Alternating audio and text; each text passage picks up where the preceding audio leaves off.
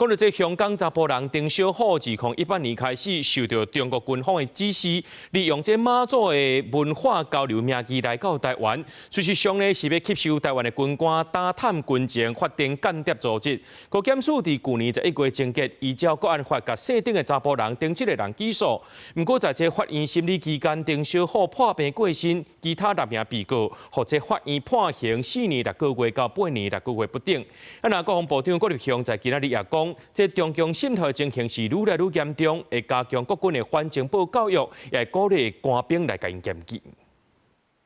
穿白衫甲蜜風人員翕相，伊是香港籍丁小虎。2018年開始以馬祖文化交流名義來台，不過國檢署查出伊是獲中國軍委會指示，透過地下匯兌提供1112萬，吸收咱國6個現體的軍人部件，入空軍的強諜組織，要求刺探軍事機密，甚至愛現役軍官開戰了後賣抵抗。不過高院審理期間，伊煞破病過身，其他6個被告高院15宣判，分別互人判4年6個月至8年6個月不等的刑期。對於有少數的官兵違背着忠誠義務感到痛心，有看到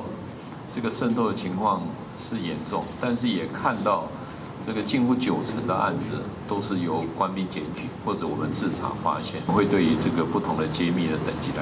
來加強我們的安全的查核。國防部長郭立雄講，中國滲透的情況愈來愈嚴重，強調會持續強化官兵保防教育甲涉入查核機制，佮對相關外流資料進行損害管控。不過，監察院進前整理這陣啊違反國安法的案件，判決平均刑度是31.4個月；違反國家機密保護法案件，平均刑度24.3個月，甲後位國家差12.7倍，認為法院有輕判國安案件現象。我國跟其他國家對於這種軍事間諜的判刑，的確是比較偏輕的，在國外平均達到19年的這個刑度。目前國防部研議恢復軍事審判法，就是希望讓這個所謂的現役軍人可以得到陸海空軍刑法的規範，如此可以有更有效的嚇阻。專家講，除了法制層面的修正，加強對敵人效忠表示等行為的限度以外，嘛建議加強防治手段，像講增加誘因，鼓勵檢舉無正常狀況，讓官兵會當隨時提高警覺。